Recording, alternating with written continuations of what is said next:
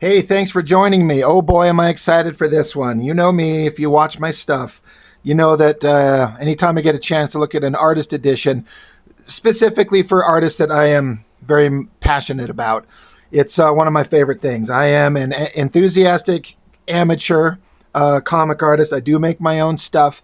And one of my favorite things is getting to see the original art that the artist worked on. And these books are the closest thing that we ever get to actually seeing the real pages, unless you happen to find somebody that owns the original art that bought it, or go to a convention and run into the creators and they have them there. But even then, you only get to look at it for a second. These artist editions are brilliant because they're high resolution, full color scans of the original pages that look as close as it is physically possible to do, to see what the original pages look like without actually having the physical pages in your hands. And J. Scott Campbell's been one of my favorite artists for a long time. I've said how I wasn't really on board with him when he first started on Gen 13. It was kind of a slow build for me. I didn't like his stuff. But a couple issues into the regular run of Gen 13, he really started refining his stuff. And I started paying attention. Then I started buying the book, and it became pretty clear to me that the only real appeal of that Gen 13 comic really was his art and kind of the fun vibe that he brought to that book. But that's a whole other conversation. But Danger Girl, this is his pinnacle of his work. And it's the best comic thing he's ever done, mainly also because it's the last thing he's ever done in terms of a really big body of work. After this, he did the Wildsiders book, which only went like 2 issues before he had kind of had to abandon that. And he's done like a few short page stories, and he's just a cover artist now, which again, good for him. That, you know, he's happy, he's making money, he's doing his thing. But God, I want to see these guys tell stories. I want sequential art. I want comic pages. You know, who wouldn't want an awesome gig of just doing like hot, awesome girl covers for Marvel all the time? It sounds like a great gig, but storytelling, telling stories. Danger Girl, I've said forever, is a perfect comic book, perfectly constructed. It's exactly true to what it's trying to be. There's no pretension. It's fantastic. I love it. I can't hype it up enough. But blah, blah, blah, blah, blah. The whole point is getting to look at the original art. Before we dive into the book, you come with a bunch of extra tchotchke shit. Well, I got an email from FedEx saying, "Hey, your book is on the way," and well, there was the Kickstarter people who said your package is on the way. Here's the link to follow to see when FedEx will deliver. And this thing got delivered today. I am recording this video instantly, but I kind of forgot about all the extra shit that was going to come with it, and I think it's all kind of cutesy. It's sure not anything that really matters to me. So I don't know how other people feel about this. I appreciate that the people making this stuff are trying to go above and beyond to make, you know, your investment worth it. You know, you buy the book, and then if it reaches a certain goal, hey, we'll add this and we'll add this and we'll add this. And that's all fun. But it just becomes a bunch of extra shit that it's like, what am I going to do with this? For example, I've got a Danger Girl patch. What the fuck am I going to do with this? Am I going to go iron this onto a jacket? This will sit around forever and never get used.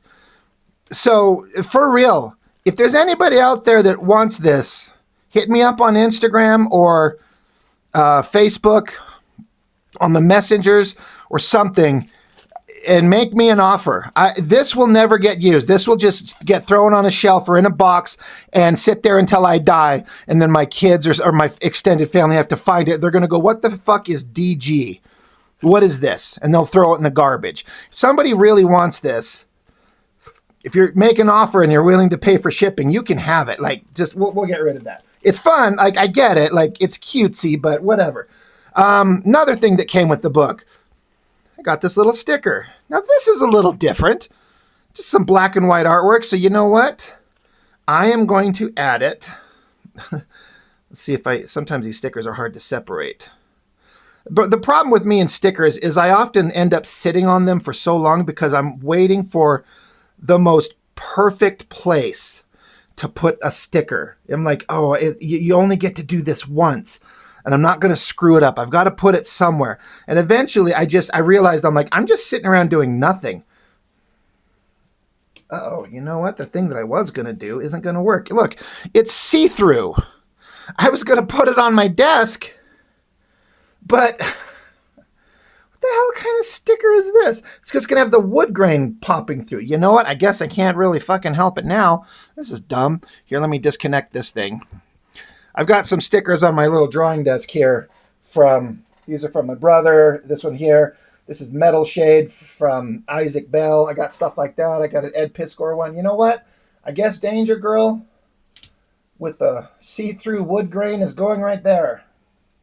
Well, there it is, permanently affixed. What the hell else am I going to do with it? What a weird sticker.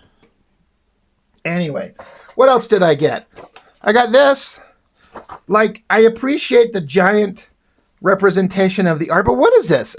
Artist edition bookmark? What the fuck am I going to do with this? This will just stay in the book, I guess, forever, which is fine. I got a print, I guess. I do appreciate the black and white. I love that it's not in color. As a print, I'm like, I could keep this, and I'll probably just keep this tucked into the book forever. I mean, where else am I going to put it? Why not? You know, sure. And then I got these things. And I honestly had no idea what was in them. And I was going to wait to open them on camera. But I have discovered that I am a person that absolutely, I can't wait for I have to know. I should just wait and just do it on camera. But I've already opened them up. So, popped them open. Both of them. And it's just copies of Danger Girl 1 and 2 with new covers, with the black and white artwork. I don't pay attention to the extra stuff that they send on these Kickstarters. I don't care. I want the book. And then whatever extra shit comes, whatever. It'll be a surprise when I get it. And I was hoping well, is this going to be a black and white or is it going to be, nope, it's just the comic book. Again, it's reprinted. It's beautiful. It's fine. But I've got the original issues. I don't need an extra copy of this. So this is just a waste of material. It does have the Kickstarter exclusive black and white cover. So in the same vein with the patch, I don't want these. There's nothing wrong with them. Danger Girl is awesome, but I own the original comics. I don't need these. These will sit around forever. So if there's anybody out there that would like these and want to make an offer on them, and I'm going to be honest, I don't actually think this will happen, but in the strange chance that anybody I have multiple people. You could get into a bidding war. I don't care. Somebody needs to have these. And if no one offers anything, then all I'll ask is somebody wants to pay for shipping. I will send them to you if you'll send me a few bucks to pay for shipping. And I don't want these. There's no use. There's nothing in there for them. I already have this material. So I was a little bit disappointed in that I just wanted something else. Something more unique rather than just a reprint of a comic that I've had for 30 years with a new cover. Super don't care.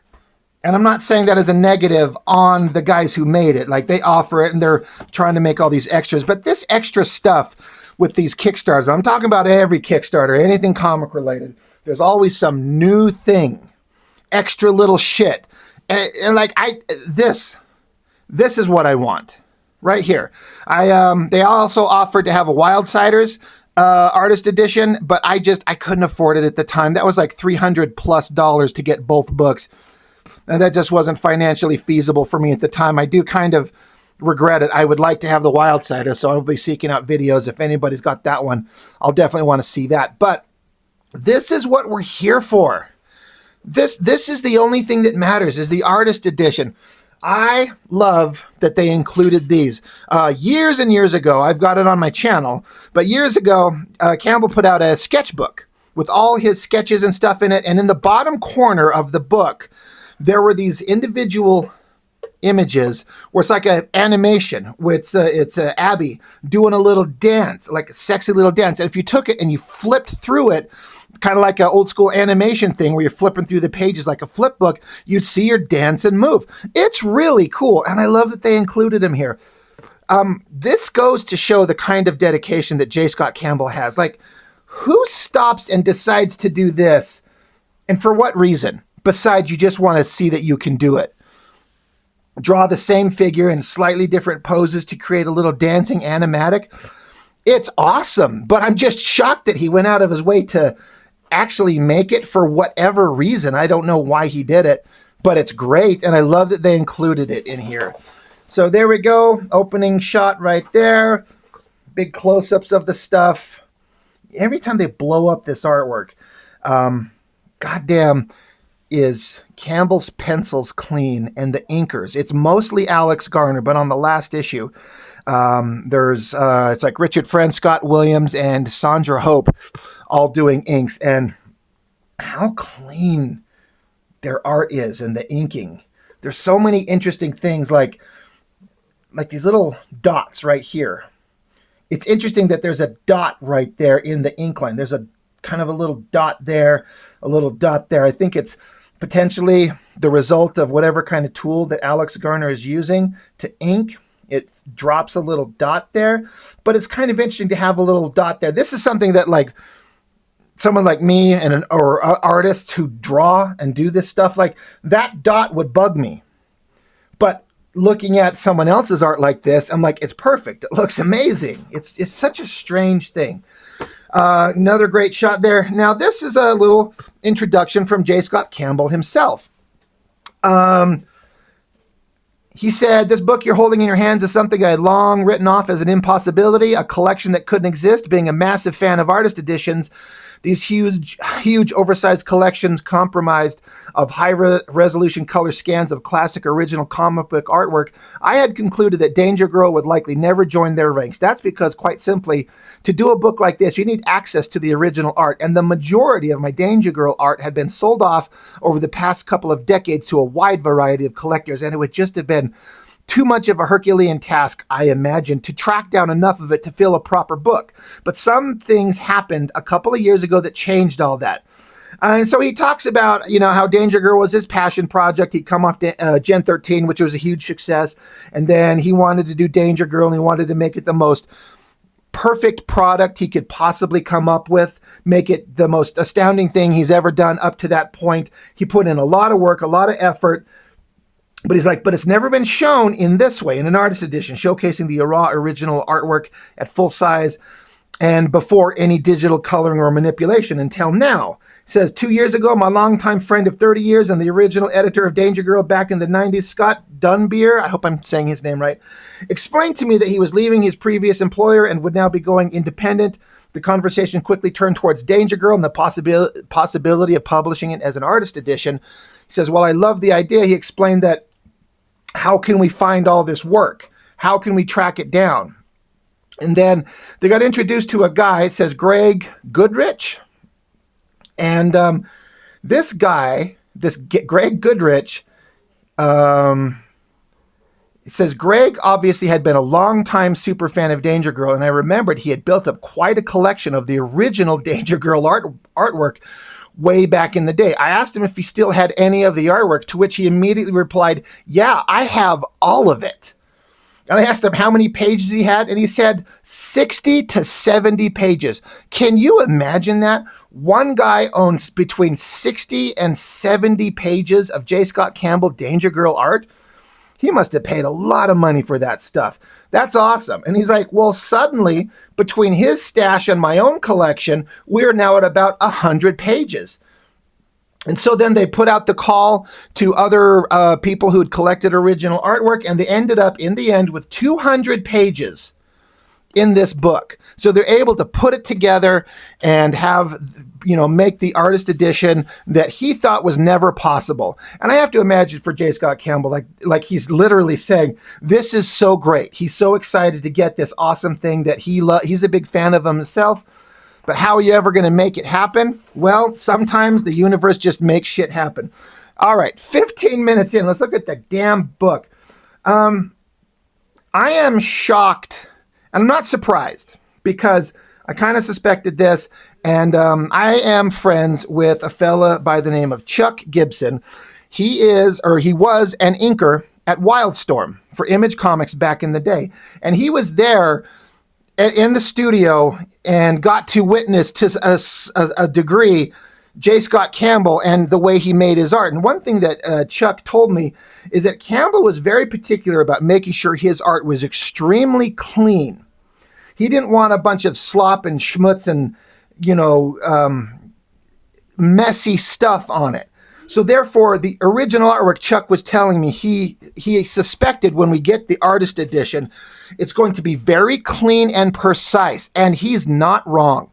This stuff is so perfectly done.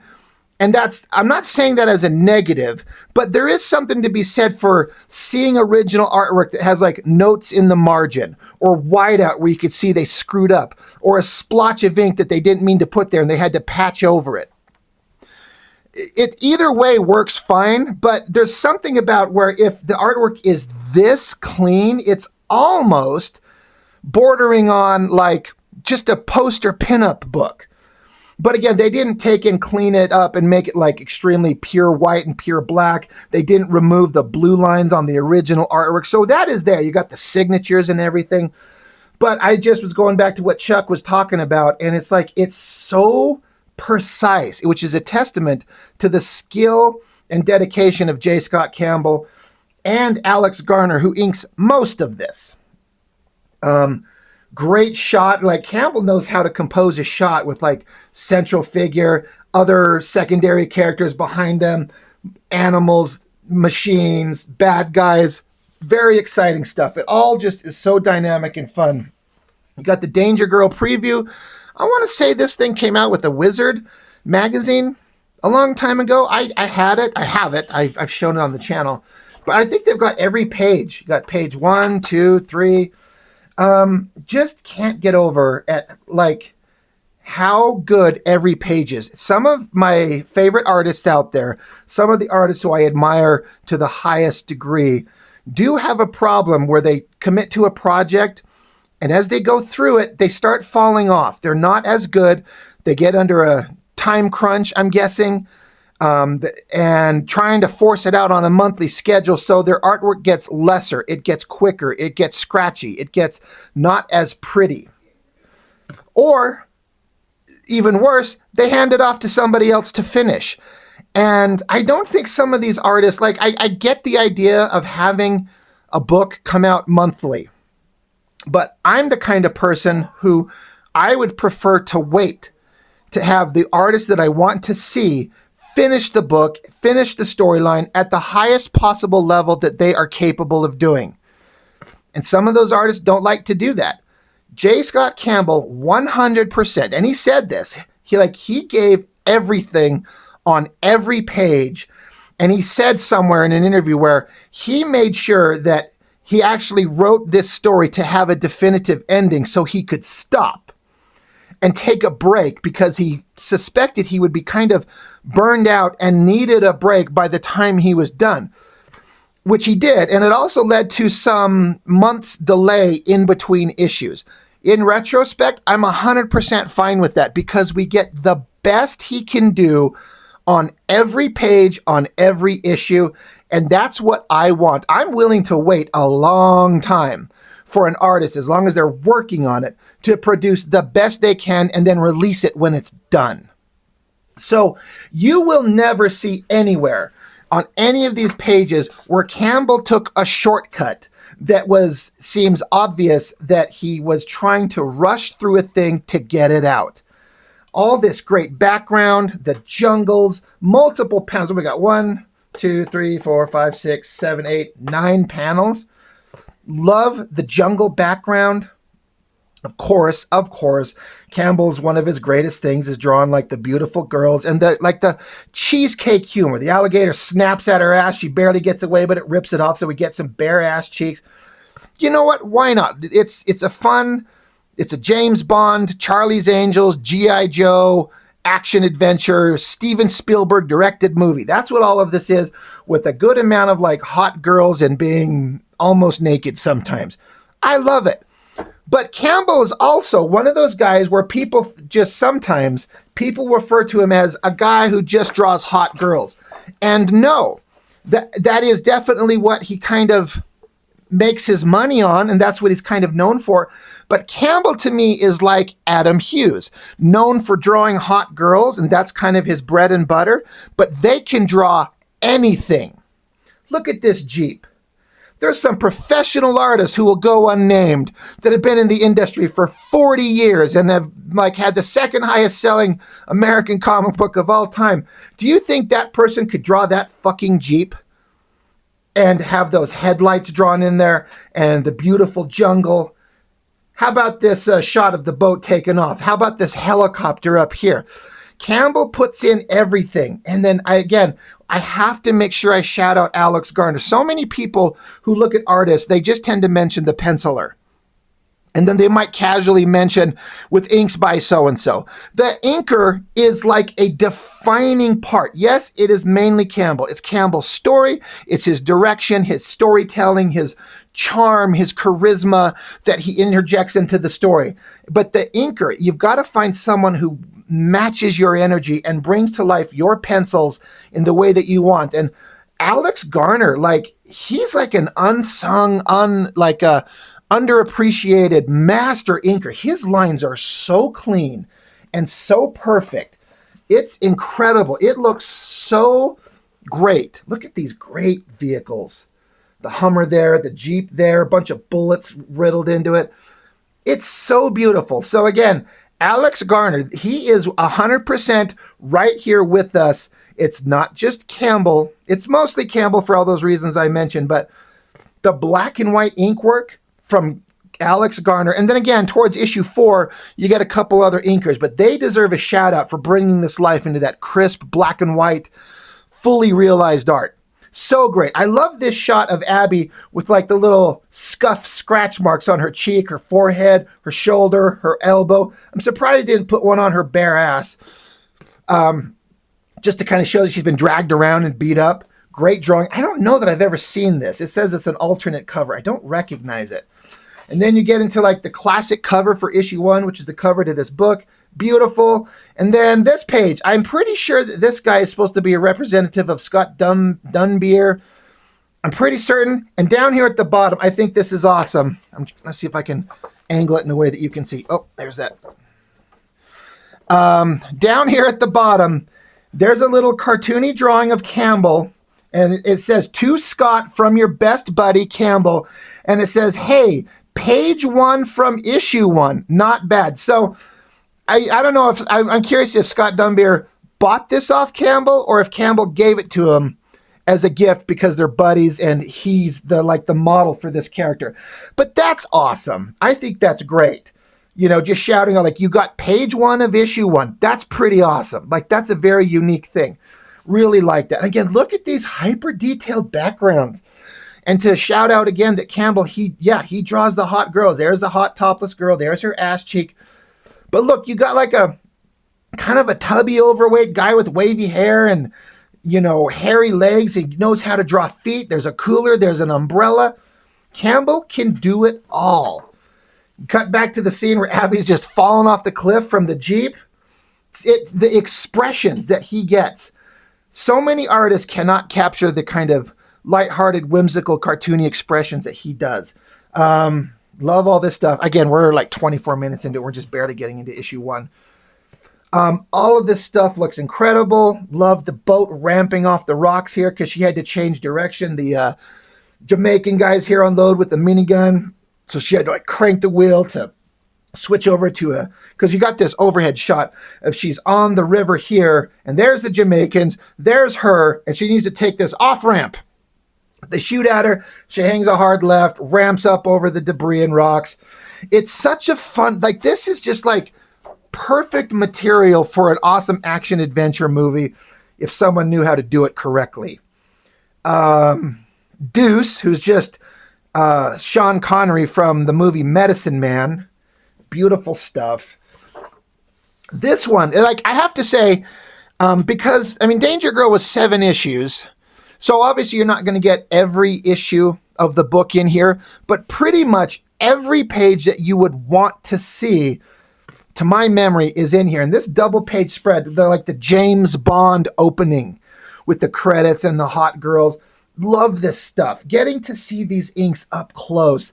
I'm kind of constantly shocked when I see how different inkers tackle different things. Like, these lines are so clean and precise, but I'm looking at them at how thick they are. And I don't mean that as a negative, but I'm like, I was looking through second volume of Wildcats with Travis Charest that Richard Friend is inking. And Travis Charest really wanted a thin line inking, which Richard Friend did really good on that Wildcat stuff. Travis Charest's work is like masterful stuff, but it could not be farther away from this kind of stuff. So it's just interesting how different styles and different inkers, different approaches, like I don't know why I was making that connection when I was thinking how Richard Friend was inking Travis Charest versus Garner inking Campbell, and these big thick lines comparatively speaking, but it's perfect.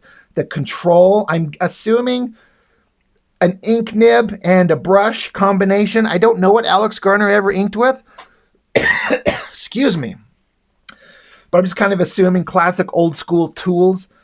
Such precise control. He doesn't get enough shout out remembrance. You know, I think he's kind of disappeared from the comic inking world.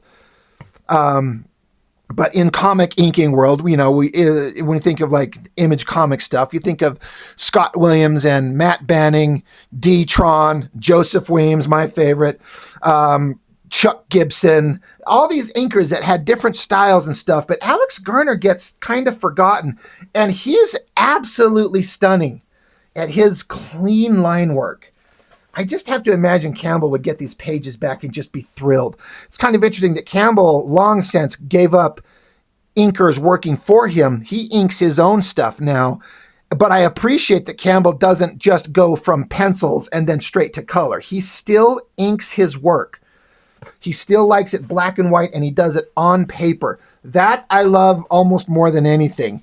I love these shots where it's kind of like, these were like the shouting out each additional character in the book. You got Natalia, so you get the full figure shot, and then a secondary shot of the character, and then some action pose and some kind of symbology, like she's from Russia, mountains and cold. You get Sydney here. There's the standing awesome shot of her, and then the close-up of her face. She's whipping a whip around her. She's hog tying a gator or a croc or whatever the fuck. Silicon Valerie with all the tech stuff, showing how even as a kid she was brilliant. Look at all the detail that Campbell puts into everything, including especially this shot down here of Abby, the standing shot, the action shot, and then some kind of close-up. Like, look at all the attention paid to all this jewelry in her hands. Everything has got a different texture.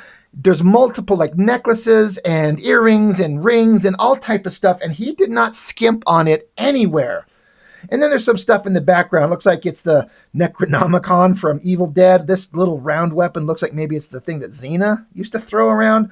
The idol from Raiders of the Lost Ark. Great, just everything. The amount of detail, the passion on every page, it just never goes away. I'm never going to have a problem when there's a page when it's Campbell drawing an almost completely undressed hot Sydney Savage. That shot of her coming out of the shower.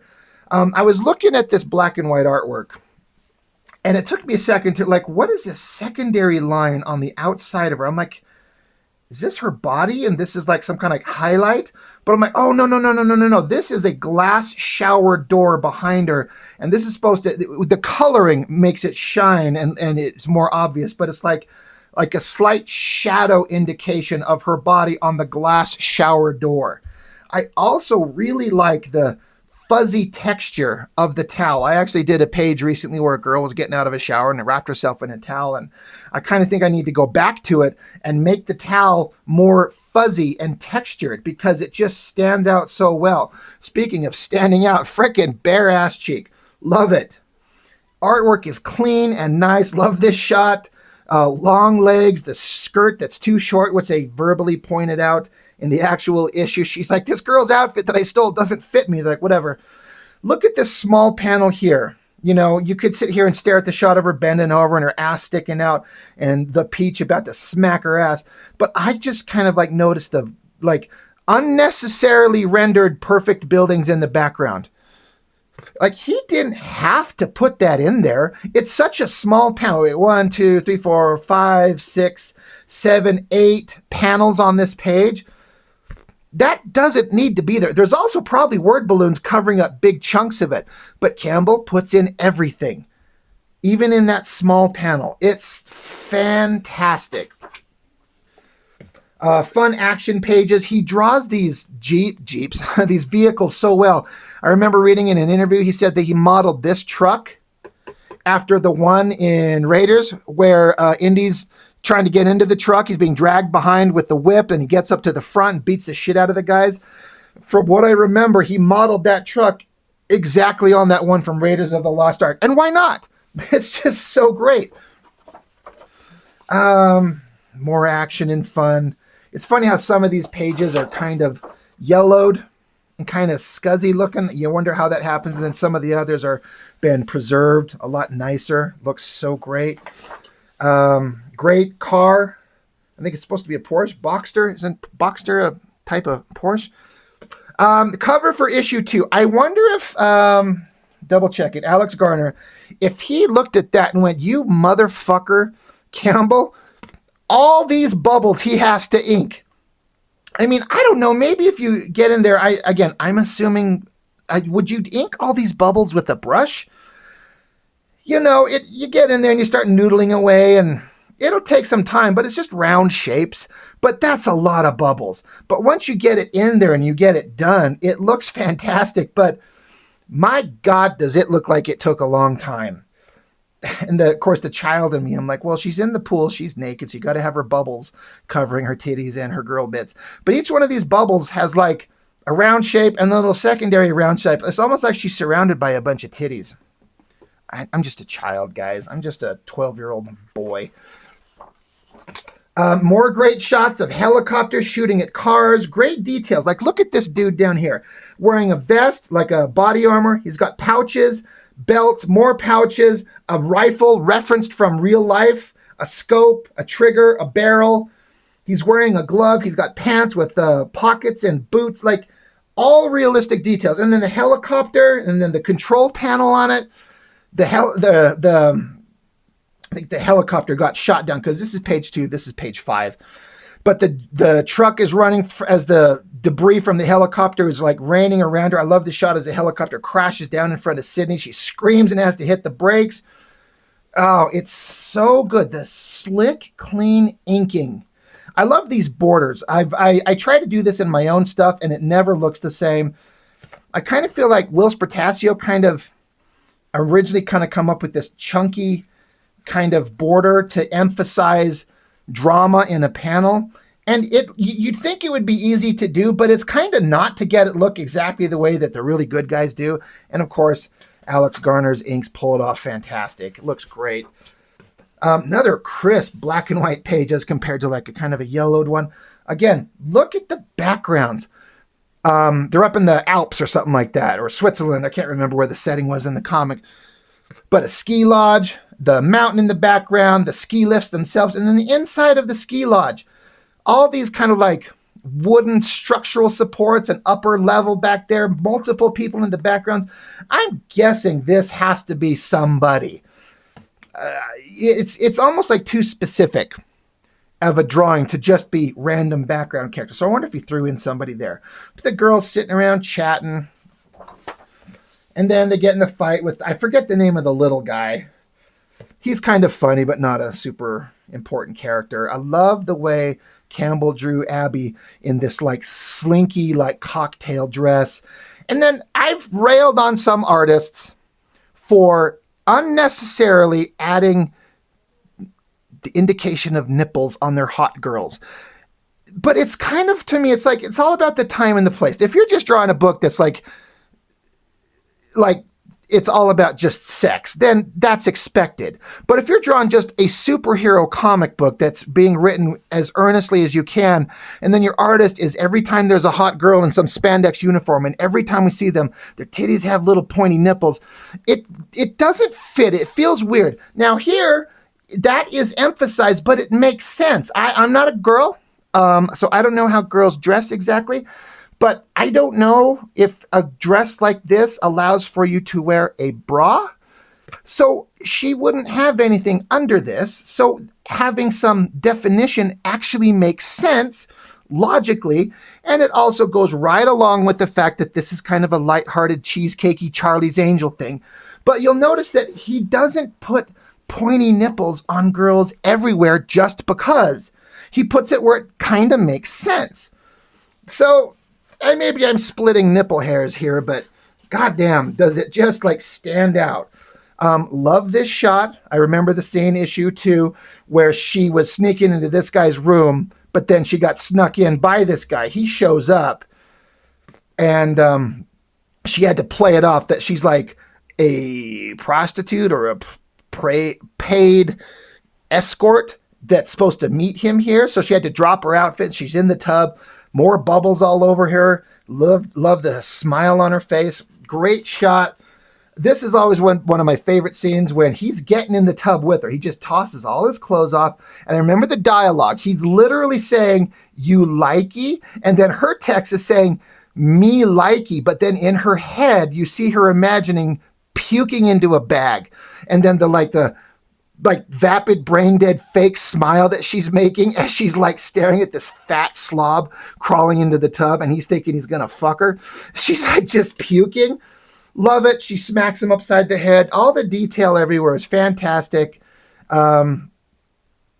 Great shot. Great, like hyper emphasized, like cartoony proportions on the curves of the girls, but rooted in an understanding of anatomy that works so well. Multiple panels again. 1, 2, 3, 4, 5, 6, 7, 8, 9, 10 panels. But he still finds space to have that, for lack of a better term, that anchor shot, like the one big shot of one of the characters being awesome, while in addition to have multiple other panels, even these little tiny ones, and makes it clear and concise, and the storytelling never fails. Never once was I ever confused. I'm like, I don't understand what's going on. But again, he still makes room to have the characters shine. There's another one. 1, 2, 3, 4, 5, 6, 7, 8, 9, 10 panels on this page, but he's still able to squeeze in a giant, awesome, head to toe shot of the character. Great backgrounds everywhere. Great action. It's just so great. She grabs the shield, dives out of a window. There's this guy, this just generic soldier down on the ground outside of the building, lighting up a smoke, and she just like lands on top of his happy ass, like his arms are splayed out to the side. She just knocked him out, and there comes the Barracuda. He's on his way to they have to get away. The action adventure of this story is just so great. Again, Campbell's drawing a fully realized snowmobile and the Barracuda. He's got an Uzi, and he knows how to draw it. I think I read that Campbell would buy, like he'd go to toy stores and either get like packs of G.I. Joes or action figures that have realistic looking guns, but just little plastic versions. So we had a whole plethora of plastic guns to use as reference. So we could look at it from any angle to get the details into it. I'm like, that's perfect. Brilliant. Utilize the toy market that's out there. This page was interesting to see how, I remember the scene where this is a low angle shot as the Barracuda and Abby are on the snowmobile rocketing down the mountain. And then it's the same exact panel, but then like James Bond villains with guns on skis come chasing after them. But you can see that in the second panel, he just drew the villains, and then they copied the background here somehow and added these figures on top of that image. So it keeps it the same background. So it feels like it's a static camera shot, and then the snowmobile goes zipping by, and then the 3 bad guys go zipping by too. And I just kind of wonder how they do this. Coloring stat background from panel 1 and panel 2, take out the snowmobile and the snow trail. So I mean, yeah, erase that and then add these guys to that. I mean, honestly, this background's not that tricky. There's kind of an argument to be made, if I'm being honest, to just redraw the background with these things, because it's just a couple of lines of snow, some organic mountains, and some trees. Maybe that would be quicker than having the guys do a bunch of computer work. I don't know. Who cares? Who cares what I think? I don't know anything. More great action shots. Now we go, there were 10 panel pages. Now we're getting to like 3 panel pages to let the action breathe and get out there and be exciting. Great detail. Love the gun.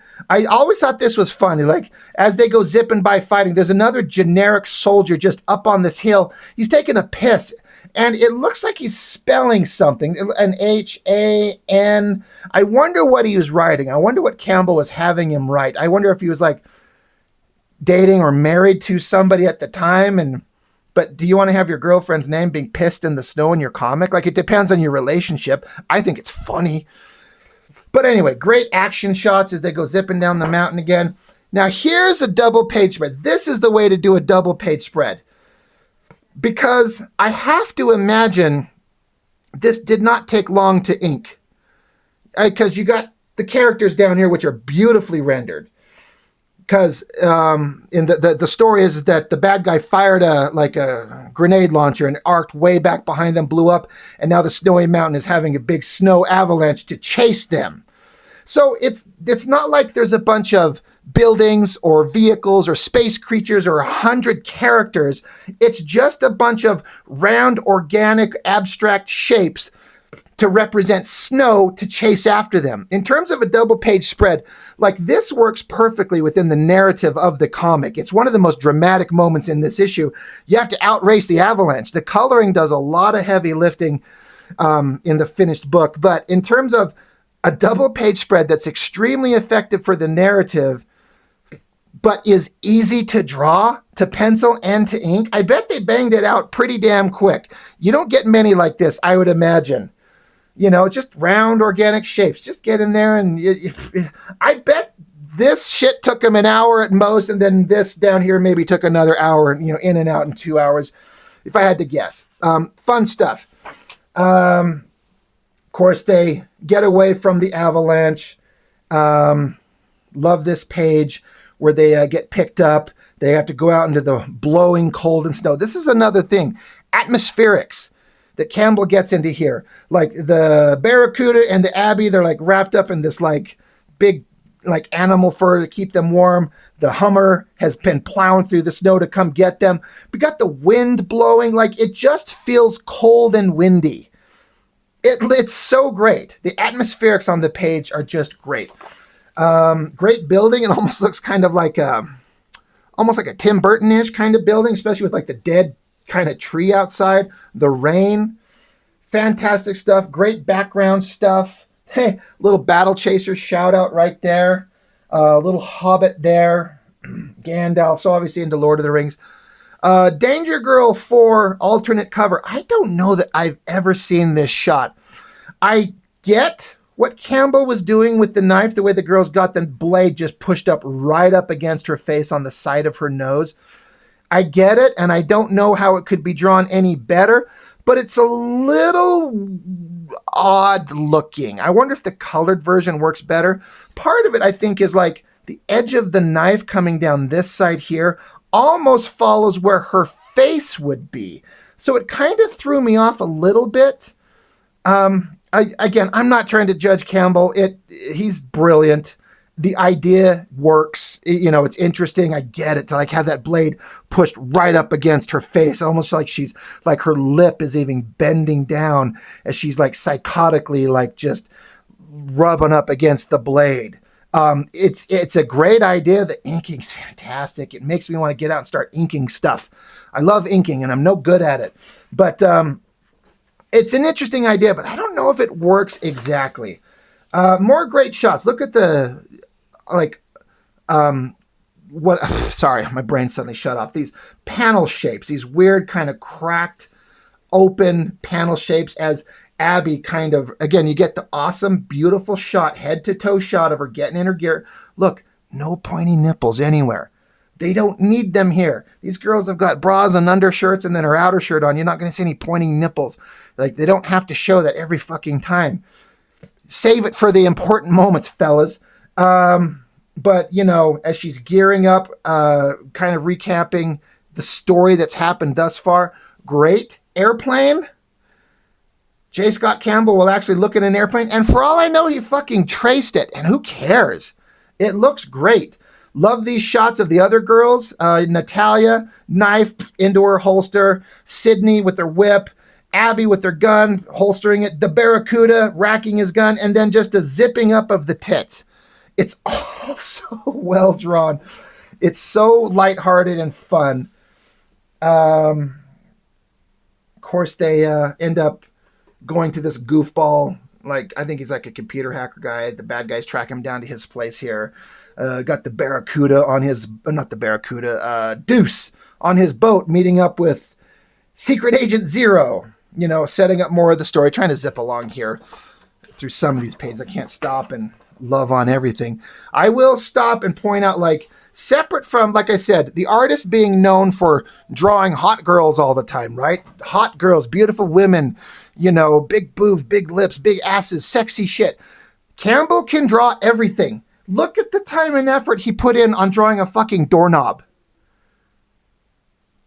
Like, the little lock to put the key into, the deadbolt at the top, the framework around it. There's even screws to attach it to the door. And then you got the door. You got the door jamb, the trim, the transom above it. Just everything. Like, all the background details there. And then look at the fully realized background interiors of this ransacked house. Campbell can draw everything. Not just hot girls, but all we kind of pay attention to are the hot girls because most of us are a bunch of dudes and we're all mostly like into that shit. So it's easy to kind of focus on that. Always loved this shot of Abby doing the side jump shooting. Beautiful shot there. Major Maxim busts through the wall, grabs onto her. I love the slightly tilted angle looking at her. The heavy darks, because the power went out in the building, the house that they're in. So there's just the lightning cracking through the window behind her. His outfit is mostly black. I like the scared look on her face. Love that shot as she kind of breaks free of his grasp. And, you know, just great action shots. There's Abby sliding along the ground, just unloading bullets into his chest. And this guy clearly won't die.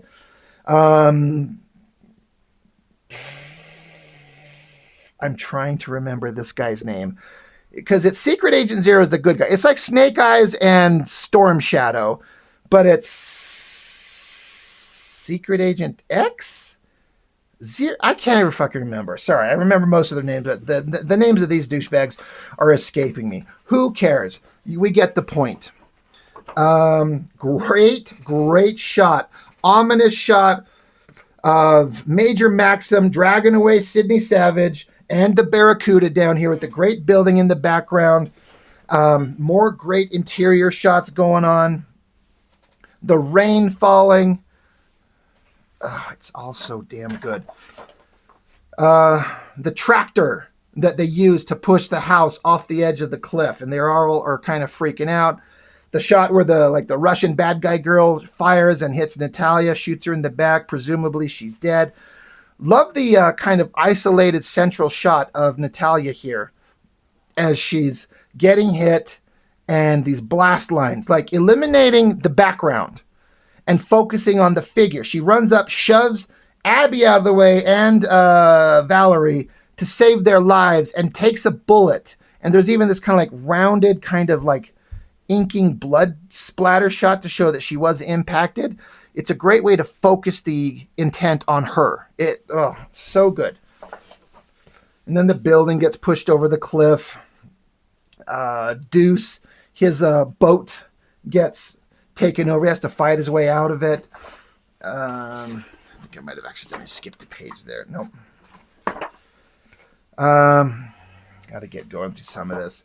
Great shot there. Again, I can't remember the guy's damn name. Secret Agent X or Zero? I can't remember. Who cares? It doesn't matter. Great action pages all through here. Some of these we do have to flip it on the side if we want to see it in its fully realized glory. I always like the bad guy. I forget his name. Victor von Krippler, I think something like that. Krippler, like he cripples people. He's a crippler. Yeah, not very easy to see it upright like that. But great double page spread.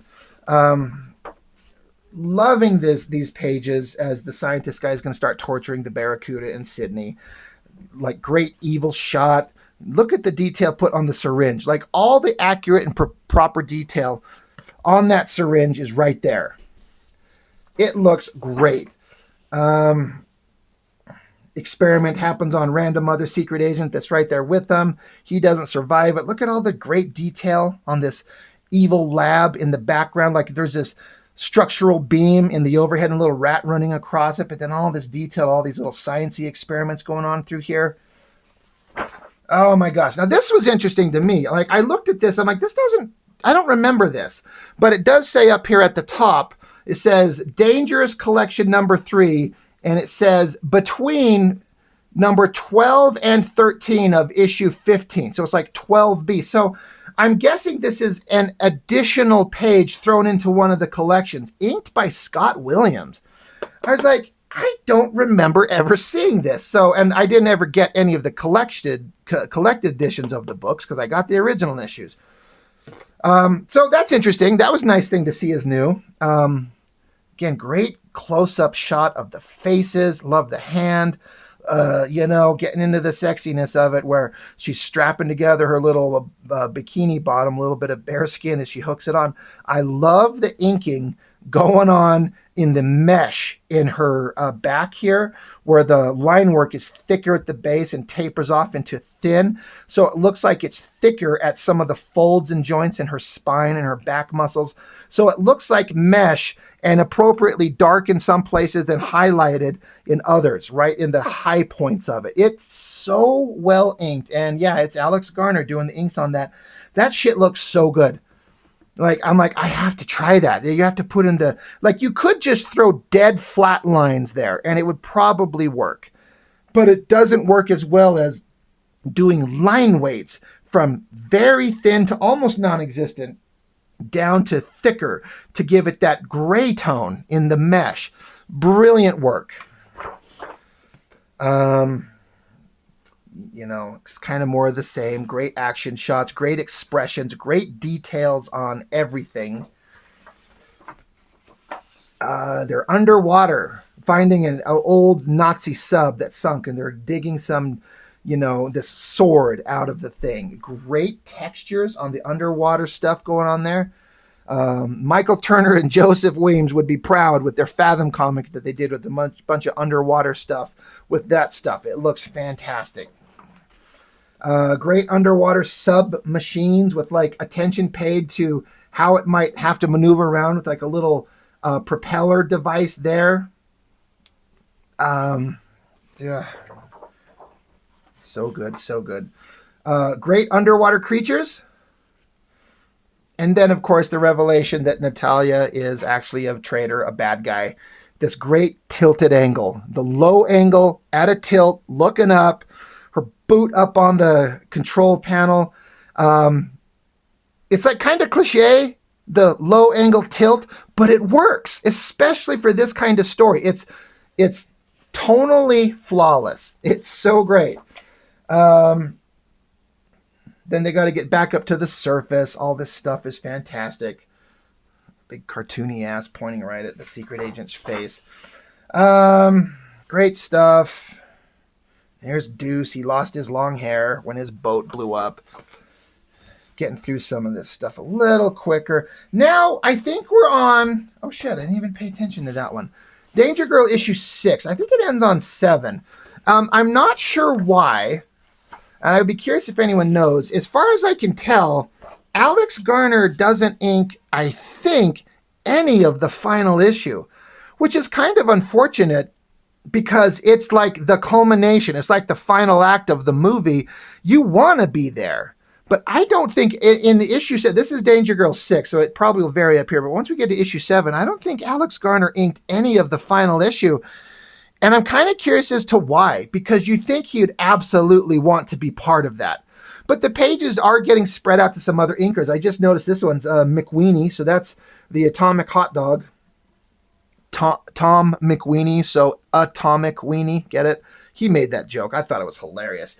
But once I read that these were some other inkers, I'm looking at the art, trying to see if I can notice a difference. And in a subtle way, I can kind of see a difference in the finish, but it's all still so great. Tom McWeenie, this one's Scott Williams. Like I said, Richard Friend shows up, Sandra Hope, all just like the greatest inkers you could ever hope to get. But all this detail, like, again, this is a page where there's no big quote unquote anchor shot, right? But he still managed to make every panel and every figure distinctive, lots of personality and character, and a beautiful drawing. Even this little tiny shot of all three of the guys screaming at the girl to like get to the point. All the technical detail. No anchor shot per se on this page, but it's still like stunningly beautiful, and I would like be thrilled to own that page, you know, because some people are like, I want the page with the big awesome shot of the hot girl.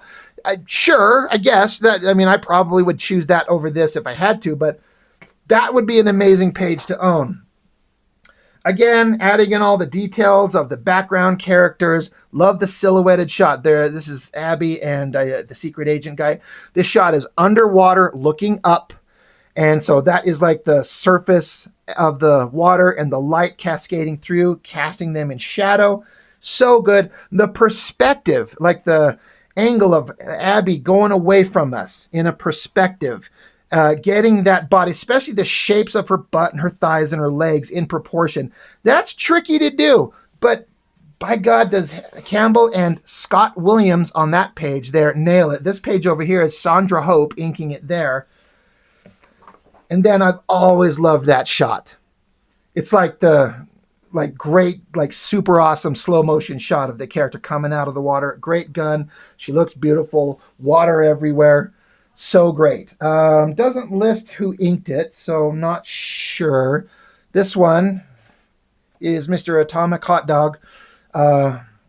Beautiful, beautiful inks. I think Tom McWeenie, didn't he ink the first several issues of Battle Chasers? Why the fuck do we not have a Joe Mad Battle Chasers artist edition?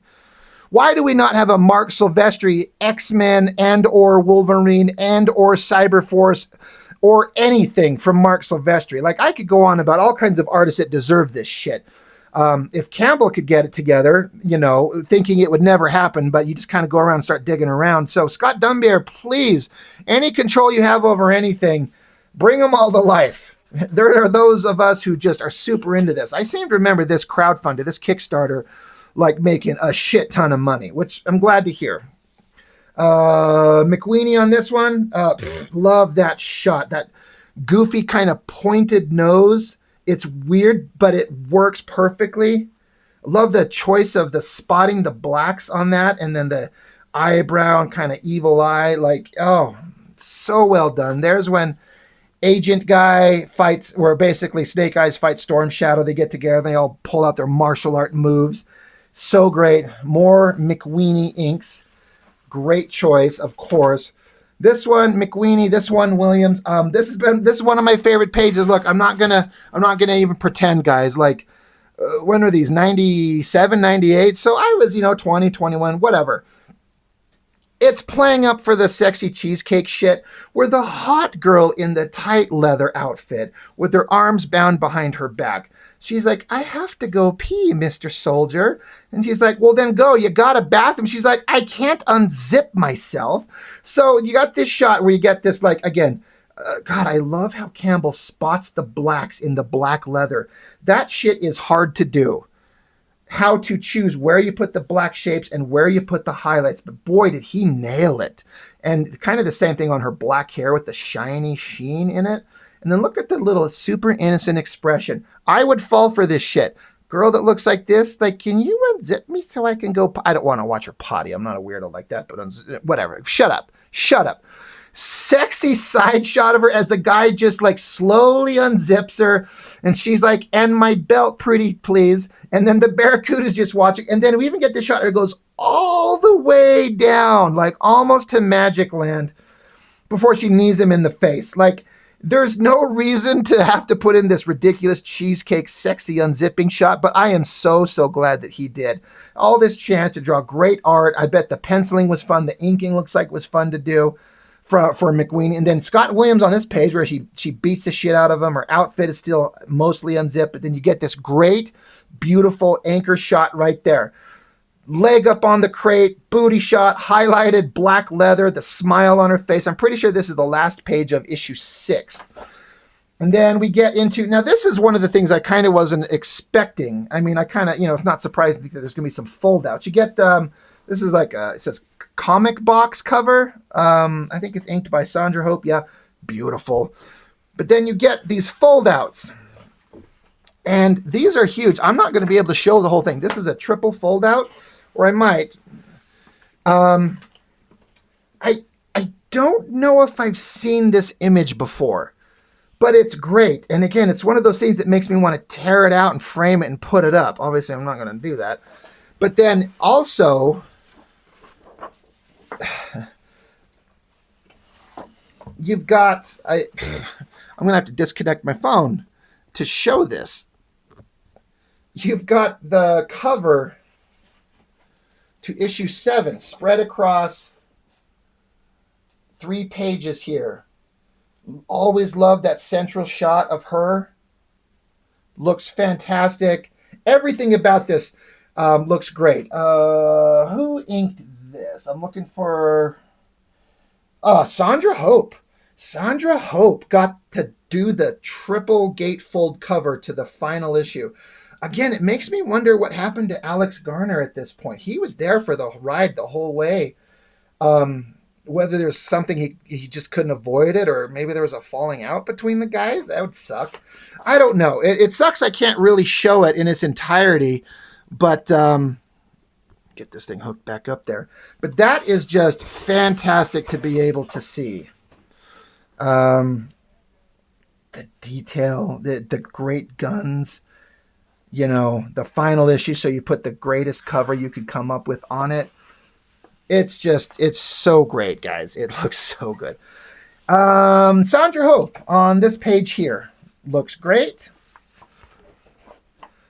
Richard Friend, there you go. There he shows up and gets to do some very tech pages. And then I was like, what's this page with all these random little shots? But it says up here, these are TV screen shots. So all these monitors, Campbell draws these separate images, close up of her face, her fucking ass, her tits, everything. And then they put those shots spread across the panels on the TV screens up there. That's hilarious.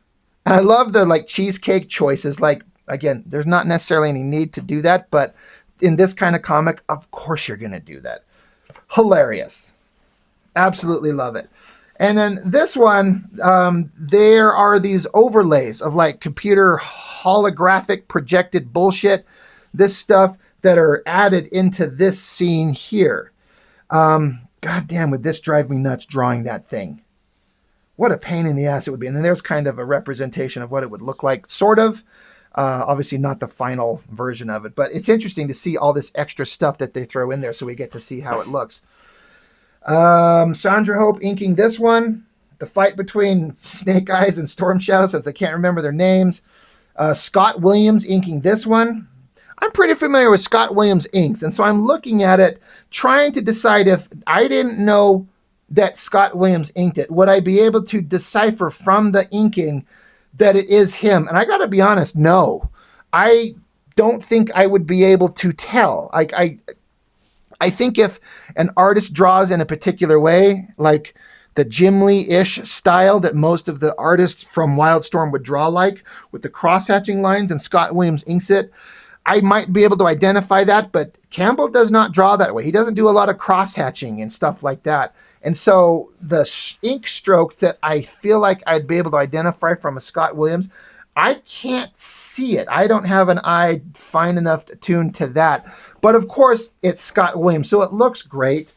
Scott Williams does this one. Richard Friend does that one. There's something about the Richard Friend pages that look a little different, and I can't tell you what or why, and it looks great, but there's a slightly different vibe. and I like it. Richard Friend is so good. Go follow him. His art is just, phew, good Lord. Besides just being an inker, his own art that he personally does, the ink work that he does is beyond description. Art T-Bear. Actually, I just noticed it's kind of scribbled in the top. Art T-Bear got to do this page. I wonder how that comes about. Like, are they down to the wire and they needed help? T-Bear's great. You know, it's not like the most choice page. Like, there's great backgrounds and great figures, but you do at least get like the one great beautiful shot of like the girl's face. Richard Friend gets this one. I like it when the energy explodes off the central figure and this shockwave blasts through the girls, knocking them back. Fun page for sure on that one. And then the shot of like the bad guy who gets the helmet, the shield, and the sword, and the energy wave. He's now at full power, and he's just like crouching down, ready to stand up and be super powerful, ominous guy. Now, of course, we get another fold out as Abby and Natalia are going at it. Great double page spread. Again, there's some kind of yellowing, kind of unfortunately, on this stuff, but great shot, great expressions, big shot. Who gets to ink this one? I'm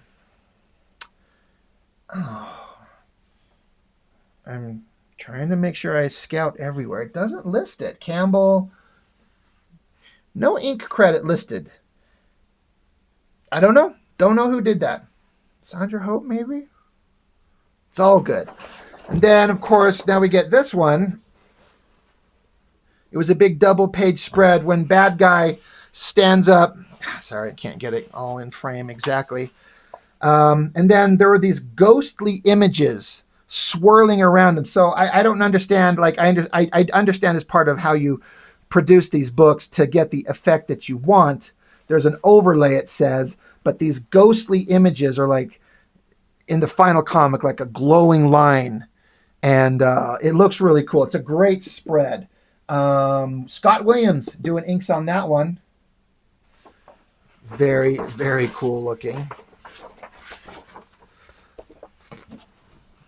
And again, helicopter shot, hyper detailed in a way that some other professionals just couldn't in the million years ever hope to come close to. Sandra Hope inks there. Richard Friend inks there. Love the expressions. Love the choking her out in the back of the helicopter. The evil face. Great shadows.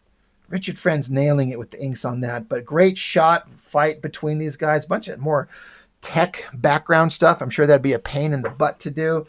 Richard Friend, like, he got some choice pages. Richard Friend did. Holy shit. He got the whole Snake Eyes Storm Shadow fight scene. I bet he saw these and just was like giddy as can be. Like, how could you not? Fantastic stuff. So Richard Friend there, here, and here.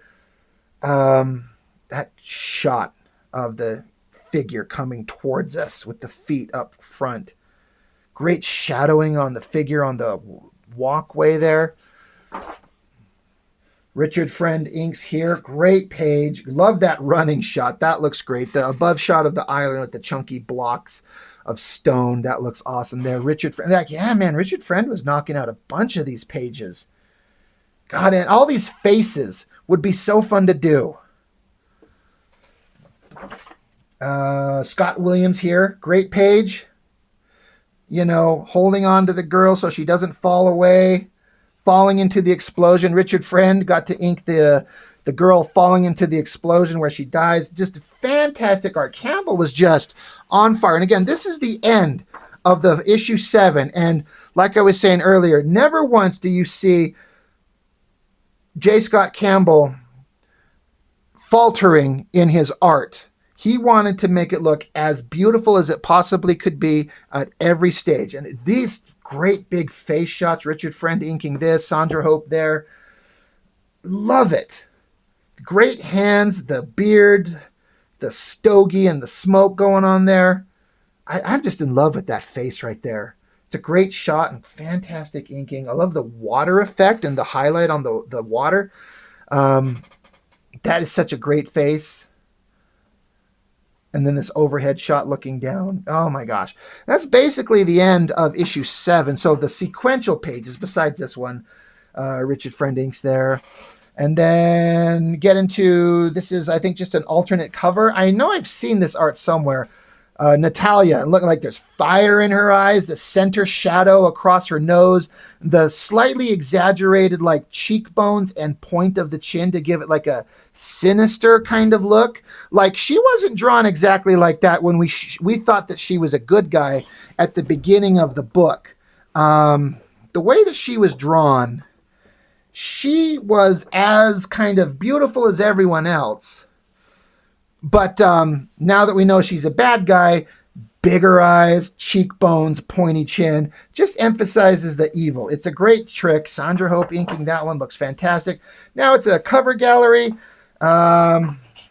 Great shots, of course. That's always going to look great. There's Abby. There's Sydney. Love just the single shots on the board. No extras.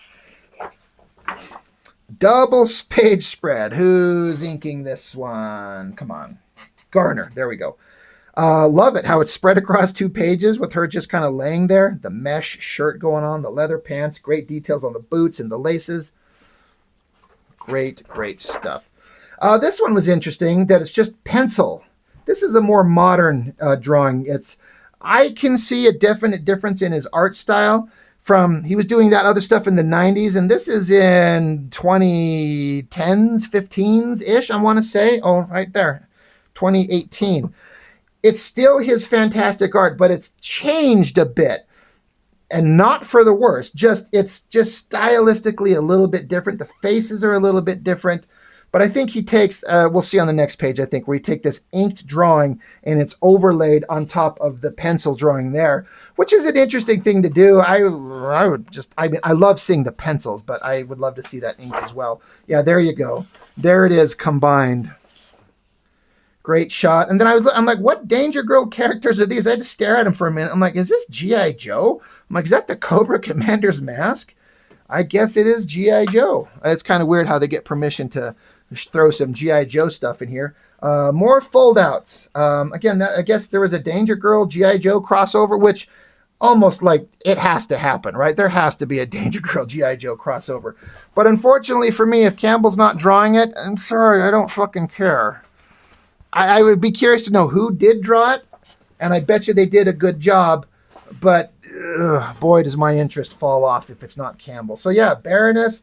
This is some new Danger Girl character, but I don't know who she is. Lady J, and then Scarlet, Abby. No idea who Ninja Girl there is. Great stuff. This is Campbell on his own inks on this stuff.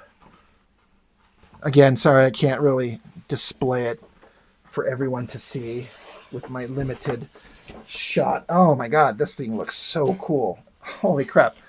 How do I show this? I guess we detached the camera again. Oh my gosh, look at that shot. 2011. Again, a little bit different stylistically, but I'm not mad at it at all. All right, let's hook this guy right back up. There we go. Fold it back together. Yeah, it says Danger Girl Revolver. That sounds familiar, but I don't think I ever picked up that book. Again, it all depends on who drew it. But I don't think I have Danger Girl Revolver. I'm going to have to look that up. He's playing around with some Copic markers, I'm guessing. And he was doing this thing where he's throwing ink splatter. And not just ink splatter, but also colored, splattered on it, on the stuff. It's a really interesting artistic choice that I like. It's interesting. Love this. Makes me want to like scan it, print it out, and attempt to ink over it and just completely fuck it up, because that's what I would do. But I like inking a lot. It looks so great. So much distinctive caricature and style. Danger Girl Kamikaze. I'm pretty sure I have this. Richard Friend inks on that one. Yeah. A little bit thicker lines on the figures. A little bit more of a heavy hand. Again, not saying that as a negative. Just it just stands out a little as compared to what we've seen. Looks great. send the Danger Girls on an Asian adventure, right? Danger Girl Hawaiian Punch alternate cover. Just pencils. Looks great. Danger Girl Back in Black. I do have these. Eventually I'll look at those. Girls on motorcycles. Yeah, I'll never get sick of that. Just more images. Great shots. Fantastic. This has gone on. We're at an hour and 15 minutes at this point. So if you've stayed around this entire time, thank you. I really appreciate it. I knew it'd probably go at least an hour, but I just get talking about stuff, and I'm just kind of like talking to myself. I'm just shouting into my own phone here in the middle of the night. But I love this stuff so much, and I like to give the opportunity for people to see the stuff who didn't get the chance to get it themselves. Holy shit, do I like Sydney's face. It's a very different artistic style. These faces look a little bit different. I would almost want to say off-model from the stuff we just saw, but this is 2013, and that book was drawn in 98, I want to say. So Campbell's stylistic kind of proclivities change. Like, that looks a little different, but it still looks good. That face and the way her hair is done, man, do I like that. Video game box cover, that's fun. From the year 2000, Sandra Hope on inks. Video game load secrets. Man, does the opening, like, load screen, I think you'd call it, the intro to the Danger Girl video game. I'm sure it was kind of cool at the time. And trying to be respectful of understanding, like, they did, can we say they did the best they could do at the time? I guess. It looks awful. Just awful. Compared to what we see now. More great penciled work. Such an interesting kind of cartoony characterization on these figures. It looks fantastic. Lots of extras in the background. Love this shot where they do like kind of rotating headshots. Look at the subtle, like physical, feminine gestures in the poses on all of these. It looks so good. It's probably like a statue design if I had to guess. You know, he's drawing her in a specific pose. There's what she looks like from the front, from the side, from the back. Again, I love the choices of spotting blacks, not just because it's her ass, but it's just because the places where the dark shadows are on there to emphasize the shadows and the highlights of a round form. But the body language that he can get is, to me, it's second to none. He's just unbelievably good at this type of stuff. Goddamn, more foldouts, which it's just a pain in the ass to show. Look at that shot. I know I've seen this. I don't know where I've seen it, but I know I've seen this before. It's interesting that some of these like other figures here, they just didn't ink. I'm not sure why. I don't know that it helps it to have these faces left in pencil. It doesn't hurt it, but it just looks kind of unfinished. But holy shit, is it great. Who inked this? It doesn't list. So I'm going to say Campbell inks this one. Great action shots of just everything is incredible on that. What is on the flip side?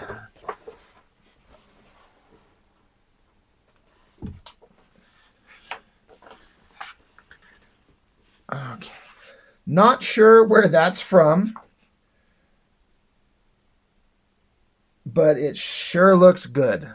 Man, does he draw some dynamic female figures. He may be able to draw everything, but man, does he draw them ladies. Speaking of those kind of animatic things that were on the inside front cover of this, there was more in that sketchbook I was talking about. There's one of Abby just running. Just, like, again, why is he doing this? And I'm not saying that as a negative. I'm like, what the fuck, dude? That's stupid. No, not at all. But, like, is it just testing yourself to see if you can do it and pull it off? Because, of course, you can. It looks fantastic. There was another one. There's Sydney with her whip. And if you flip through them fast, she snaps it and then brings it back and snaps it a second time. So it's like crack, crack.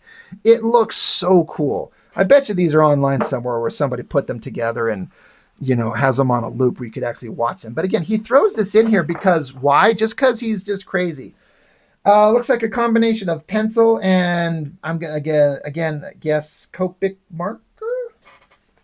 Kind of same thing with that one. Awesome. It looks great, though I am a bigger fan of just the being inked stuff. This is interesting.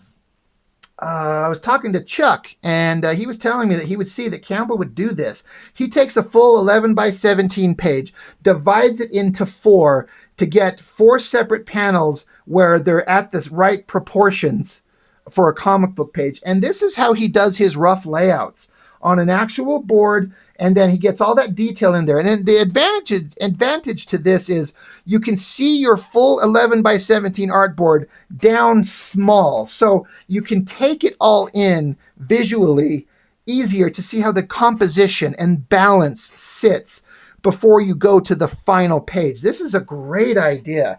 And the amount of detail, like look at the detail he puts on the cars on these small pages. I wouldn't be surprised if he takes these small things and then blows them up to full size and then light box traces these rough drawings onto a finished board, which is super clean because he does all the detailing on the vehicles. Like these Jeeps are perfectly rendered, and it's easier to do your perspective work and gridding out of backgrounds, buildings, vehicles when it's smaller and get the perspective correct. And then when you blow it up, you don't have to worry about doing that perspective shit when it's bigger and your anchor point is in your neighbor's yard trying to figure out how to get those perspective lines going. But then it's all already done, and then you just kind of like pencil it, and you've already done the hard work on a smaller scale. It's actually brilliant. I wonder if someone taught him this, if he come up with this on his own. I don't know that I've ever seen like Jim Lee do this. So again, I wonder if this is something he come up with on his own. There's some sketches, more sketches, more sketches. Great shot of Danger Girl and the Batman. There was a crossover, Batman Danger Girl crossover. His Joker sucks. That's the one thing I don't like. I'm not a fan of the Joker looking that way with the pointy nose and the weird cheekbones, and just not a fan. Everything else looks great, of course. Wildstorm special. Man, Abby is 1,000 times more interesting than Grifter ever could hope to be. Danger Girl and Gen 13. There's Caitlin Fairchild in Campbell's more modern style. She looks very different than the way Campbell drew her back in the Gen 13 days, but this is how she draws now. Freckles all over her face and her cheeks and her thighs. Hot. There is Abby and Ash from Evil Dead. Hell yeah. Getting oh God, I had it, and then it just vanished out of my brain. The actor. Oh, it pisses me off. This happens all the time. You know who it is. Penciled line work of there's Caitlin Fairchild, there's Abby, and then like the main girl from the Wildsiders, whatever her name was. That's fun to see them all kind of grouped together, like the main girls from his books. And then just kind of a breakdown of Campbell and what he's done through his career. And then again, you get more of that animatic kind of animation stuff where it's Abby just dancing. Like she's shaking, or like her titties are even lifted in the air. She dances and they're bouncing around. And she does this little twirl and shoots her butt out. It's all playful and sexy and fun. We're almost at an hour and a half. Holy shit. Again, if you guys have stuck around for the entire time, thank you so much. I love this stuff. Campbell is brilliant. The only problem I have with him, and who cares what I think about anything, is that he just doesn't draw comics anymore. I want comic books. No one has made anything quite as fun as Danger Girl, and every subsequent series that has been done by other writers and artists has been fine, but it doesn't have the magic vibe that he has. It's like Joe Mad and Battle Chasers. After like 25 years, he finally finished like 3 issues or something like that, and had another fantastically talented artist finish the art on the storyline that Battle Chasers never ended back in 90 whatever. It looks great, but it's not Joe Mad, and I don't like it a fraction as much as Joe Mad drawing Battle Chasers. I don't like Danger Girl unless J. Scott Campbell is doing it. It's just that simple. And I get why he wants to just do covers. It's what a great gig. I'm sure he gets paid well. He's clearly financially well off, and sequential pages are a bitch. I just wish that he had a story inside him that he's just dying to do, that he has to get out, because he's a master, in my opinion. He has a magical quality that some other artists just do not have. They try it, they try to replicate it, they try to imitate it, and no one is what J. Scott Campbell is. Like every artist out there, especially you got your own favorite artist, and everyone has that unique flavor. My other favorite artists include Mark Silvestri and Adam Hughes, Mike Mignola. They all have a magical thing that only they do as well as they do, and then the other people imitate them, and it never works. And so I want more from Campbell to do some comic book stuff. This is the magic. This is the fun. You get to tell a story. You get to have drama. You get to say something through your writing if you want to, or you could just have it be just a silly, fun, whatever. That's the magic of comics, right? You get to tell a story. And again, cover artist, you can like argue that I drew a cover and I'm telling a story through the cover. Sure, to a point, but not like drawing a sequential page, multiple pages, and telling a story and saying something, building up the drama, the tension, the betrayal, the payoff, the love, the drama, the passion, the sadness. That's the fun of storytelling. And there's so many ways to do it. And oh my God, it just done right, it's magic. And Campbell has a specific flavor no one else can replicate. No one else even comes close. And boy, do I wish he would draw. I make this argument all the time that, I tell people when I'm doing live streams or whatever, that I'm like, I still hold out a hope that like I will get a Todd McFarlane Spider-Man comic one more time before he dies or I die. And people are like, are you fucking kidding? He ain't coming back to do that. And that it's most likely true. Sure. But he's still alive and he's still creating. It's not impossible as long as he's alive and making art. It's possible. It's possible for Jim Lee to go back and do X-Men one more time. I just want to relive my youth, So it's not impossible to imagine Campbell doing a comic book again. Hell, even Joe Mad has said in an interview, I heard him say it, I'm not making this up. He said that there's a very big, distinct possibility that he's going back to do a little bit more Battle Chasers comics. I'm like, oh, please don't tickle my balls without, payoff. If you're going to tickle me, you better take me all the way, my brother. I want that Battle Chasers by Joe Mad. His art is so good. Everything I'm saying about Campbell on Danger Girl, that's Joe Mad on Battle Chasers, but it's also Joe Mad on anything. If Campbell can't come back and do Danger Girl, please go do anything. There's an unfinished Spider-Man series he was supposed to been working on years ago. Literally anything. Just sequential art. I would prefer it to be Danger Girl. Anyway, here we are almost at an hour and a half. Just ranting on, screaming into my phone about what I want. Also, I make my own shit. So, I'm trying to walk the walk as much as I sit here and scream into my phone about, I like this, I don't like that. This is what I think works. This is what I think doesn't work. And I make my own stuff. I'm trying to make my own pages. I'm trying to make them as interesting as I possibly can for my limited scope. It's kind of embarrassing to even want to show my own stupid stuff. But, I'm working on my own pages. They're not finished. But, I'm making my own artwork. I'm trying to do the best that I can do. And I love comics. I love storytelling. And as long as I'm able, I'm going to be making them. And it's better to make it and, look at the end of your life and go, you know what?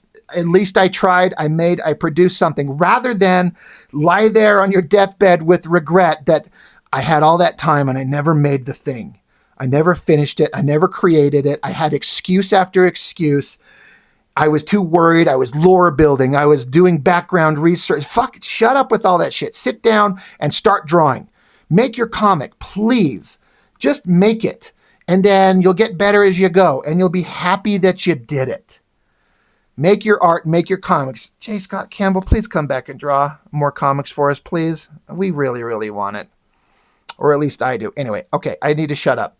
Thank you for joining me. I really love this artist edition. They're always going to go long because I'm going to just ogle at the artwork. So that's all I've got. That's enough, right? Thank you for everybody that joins my channel, who watches along and has been kind and supportive. I appreciate it.